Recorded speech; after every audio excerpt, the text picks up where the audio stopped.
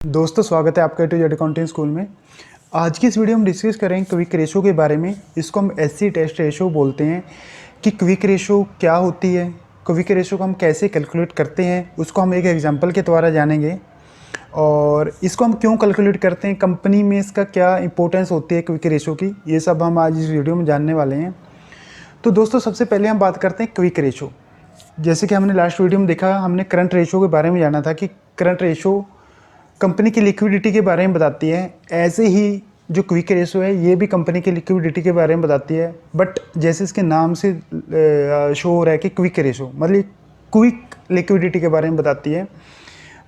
जैसे कि मतलब करंट, जब हम करंट रेशो निकालते हैं तो वहाँ पे हम टोटल करंट एसेट और टोटल करंट लायबिलिटीज लेते थे।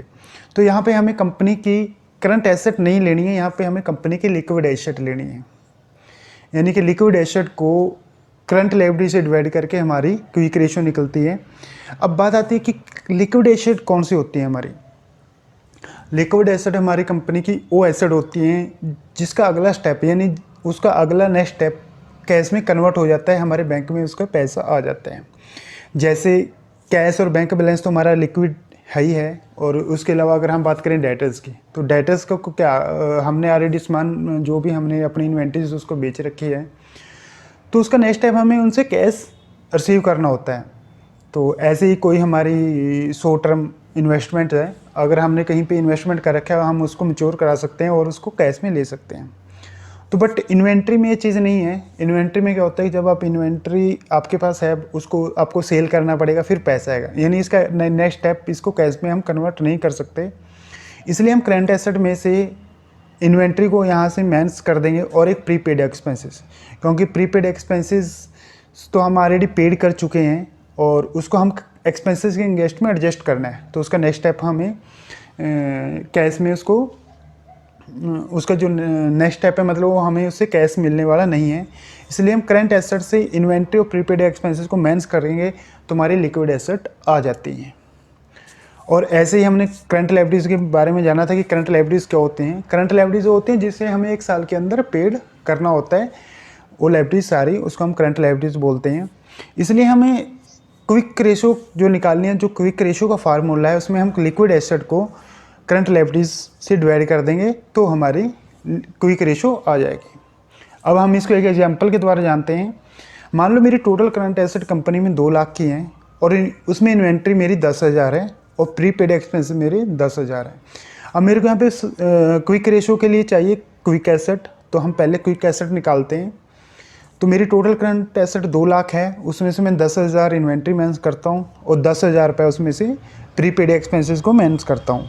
तो मेरी जो लिक्विड क्विक एसेट आ जाएंगी वो 1,80,000 आ जाएंगी। और मेरे पास जो करंट लायबिलिटीज़ हैं वो 1,50,000 हैं। तो अगर मैं 1,80,000 को 1,50,000 से डिवाइड करता हूँ तो जो मेरी निकल गया तो 1.20 आता है, यानी कि जो मेरी क्विक रेशो आएगी वो 1.20 आएगी। और क्विक रेशो भी हमेशा टाइम्स में आती है। हम देखेंगे कि आप बैलेंस शीट से क्विक रेशो को कैसे निकाल सकते हैं। यानी कि आपके पास अगर किसी कंपनी की बैलेंस शीट है तो उस बैलेंस शीट उस कंपनी की आप क्विक रेशो निकालना चाहते हैं तो आप वो कैसे निकालोगे। तो हम आज दोस्तों सबसे पहले हम बात करते हैं कि क्विक रेशो का जो फार्मूला क्या होता है। और क्विक रेशो का मैं फार्मूला यहाँ पे लिख देता हूँ। क्विक रेशो, इसका जो फार्मूला होता है लिक्विड एसेट या क्विक एसेट भी हम बोल सकते हैं, क्विक एसेट या इसको लिक्विड एसेट भी बोलते हैं, और इसको डिवाइड करते हैं करंट लायबिलिटीज से। ठीक है, अगर मैं अपने क्विक एसेट को करंट लायबिलिटीज से, अगर मैं क्विक एसेट को करंट लायबिलिटीज से डिवाइड कर देता हूँ तो मेरी क्विक रेशो आ जाएगी। और क्विक रेशो हमेशा टाइम्स में आ जाती हैं। और अगर मैं आपको वैसे बताता हूँ नॉलेज के लिए, जो भी एक इंडस्ट्रीज़ अगर हम किसी बैंक के पास जाते हैं तो बैंक आपकी जो क्विक रेशो है उसका जो स्टैंडर्ड है वो 1.1 होनी चाहिए, यानी कि आपकी क्विक एसेट करंट लायबिलिटीज़ के बराबर होनी चाहिए, तभी आपकी करंट जो क्विक रेशो है 1.1 आएगी। अब बात आती है कि हम क्विक एसेट हमारी कौन सी एसेट होती है। ठीक है, करंट लायबिलिटीज़ हमें पता है, करंट लायबिलिटीज़ हमारी यहाँ पे आती है, हमें बैलेंस शीट में हमारी करंट लायबिलिटीज़ हैं। तो ये तो करंट लायबिलिटीज़ तो मेरे को यहाँ से मिल गई हैं, तो मैं यहाँ पे लिख भी देता हूँ करंट लायबिलिटीज़। तो मेरी करंट लायबिलिटीज़ ये 6,31,000, 949 है, ये मैंने यहाँ पे लिख दी है। अब बात आती है मेरी क्विक एसेट कौन सी एसेट होती है, क्योंकि यहाँ पे कहीं पे नहीं लिखा हुआ कि क्विक एसेट कहाँ पे है। तो यहाँ पे हमें क्या करना होता है, जो हमारी क्विक एसेट होती है, करंट एसेट हमें पता है बैलेंस शीट में लिखी होती हैं, inventory, trade receivable, cash and cash equivalent और short term loan and advances.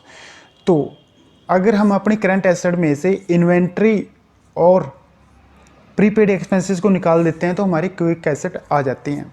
तो अभी हम यहाँ पे क्विक एसेट नीचे निकालते हैं। अभी हमारी करंट एसेट कितनी है, मैं यहाँ पे करंट एसेट लिखता हूँ। मेरी करंट एसेट कितनी की है टोटल, मेरी टोटल करंट एसेट है 11,58,463 की। और इसमें से मेरे को लेस करना होगा इन्वेंट्री को, और इन्वेंट्री मैं यहाँ से उठा लेता हूँ। इन्वेंट्री मेरी 376,931 की, और लेस करूँगा प्रीपेड एक्सपेंसेस। तो लेस करना है इसमें से प्रीपेड एक्सपेंसेस को, ठीक है। तो प्रीपेड एक्सपेंसेस आपको कहाँ मिलेंगे, प्रीपेड एक्सपेंसेस आपको मिलेंगे short term loan and advances के पास। तो आपको यहाँ पे जाना है बैलेंस शीट के नोट्स 2.16 में। तो मैं वहाँ पे चला जाता हूँ और वहाँ से मैं प्रीपेड एक्सपेंसेस वहाँ से उठा लेता हूँ। मेरे हैं 3,009 रुपये की, ये मेरे prepaid expenses short term loan and advances के अंडर हैं। तो ये तो मैं 3,009 रुपये यहाँ पे लिख देता हूँ, 3,009, तो ठीक है। अब मेरी क्विक एसेट आ गई है, क्विक एसेट। अब मेरी क्विक एसेट यहाँ पे आ गई हैं 11,58 में से मैं माइनस कर देता हूँ इन्वेंट्रीज को, माइनस कर देता हूँ प्रीपेड एक्सपेंसेस को। तो मेरी जो क्विक एसेट आ गई है वो 7,78,524 आ गई हैं। और मैं अब क्विक एसेट यहाँ पे लिख देता हूँ 7,78,524। और अब मैं निकाल रहा हूँ क्विक रेशो। क्विक रेशो हम क्विक एसेट को डिवाइड करें करंट लायबिलिटी से, तो मेरी जो क्विक रेशो आ गई है 1.23 टाइम्स आ गई है। तो ओके दोस्तों, हमने देखा कि आप क्विक रेशो कैसे निकाल सकते हैं बैलेंस शीट से। तो मैं एक बार आपको रिवाइज कर देता हूँ। क्विक रेशो का जो फार्मूला होता है quick asset divide by current liabilities. Current liabilities आपको बैलेंस शीट में जो बैलेंस शीट का मेन पेज है वहाँ से दिख जाएंगे कितने आपकी करंट लायबिलिटीज हैं। और क्विक एसेट आपको निकालने के लिए करंट एसेट में से आपको इन्वेंट्रीज और प्रीपेड एक्सपेंसेस को माइनस करना पड़ेगा।